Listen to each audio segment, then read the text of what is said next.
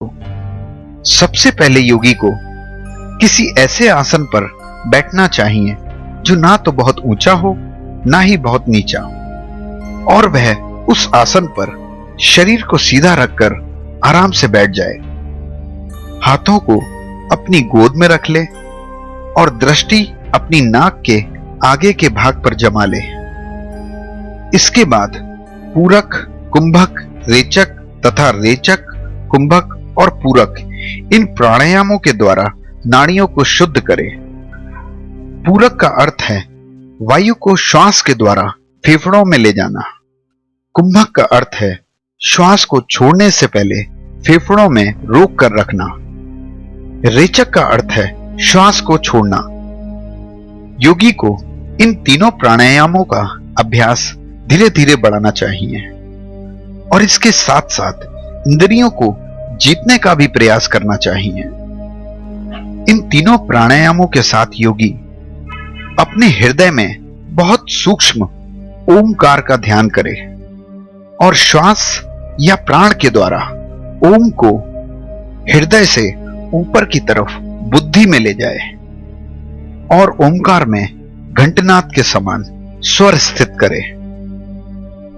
योगी इस बात का ध्यान रखे कि ओम के स्वर का तांता प्राणायाम के दौरान टूटने ना पाए।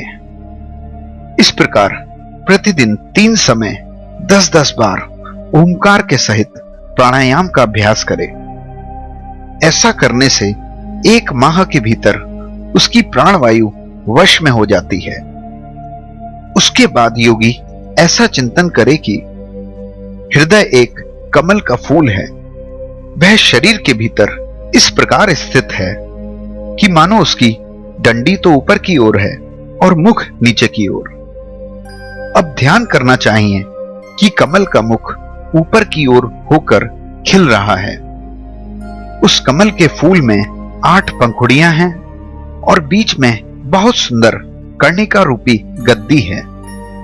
और ऐसा ध्यान करना चाहिए कि उस गद्दी पर क्रमशः सूर्य, चंद्रमा और अग्नि स्थापित हैं। इसके पश्चात अग्नि के भीतर मेरे इस स्वरूप का स्मरण करना चाहिए। मेरा यह स्वरूप ध्यान के लिए बड़ा ही मंगलमय है। मेरे हर अंग का गठन बड़ा ही सुडौल है। रोम रोम से शांति टपक रही है। मुख कमल प्रसन्नता से अत्यंत प्रफुल्लित है और सुंदर है। घुटनों तक लंबी लंबी मनोहर 4 भुजाएं हैं। बड़ी ही सुंदर गर्दन है। सुंदर गाल मरकत मणि के समान निखर रहे हैं। मुख पर मंद मंद मुस्कान की मनोहर छटा है। दोनों ओर के कान बराबर हैं और उनमें मछली की आकृति के कुंडल झिलमिला रहे हैं। वर्षाकालीन बादलों के समान श्याम शरीर पर पीला वस्त्र धारण किया है। श्री वत्स एवं लक्ष्मी जी का चिन्ह वक्ष स्थल पर क्रमशः दाएं बाएं विराजमान है। हाथों में क्रमशः शंख, चक्र, गदा और कमल का फूल धारण किए हैं। गले में वनमाला लटक रही है। चरणों में नुपुर शोभा दे रहे हैं। गले में कौस्तुभ मणि जगमगा रही है। अपने अपने स्थान पर जगमगाते हुए किरीट, कंगन, करधनी और बाजूबंद शोभायमान हो रहे हैं। एक एक अंग अत्यंत सुंदर और हृदय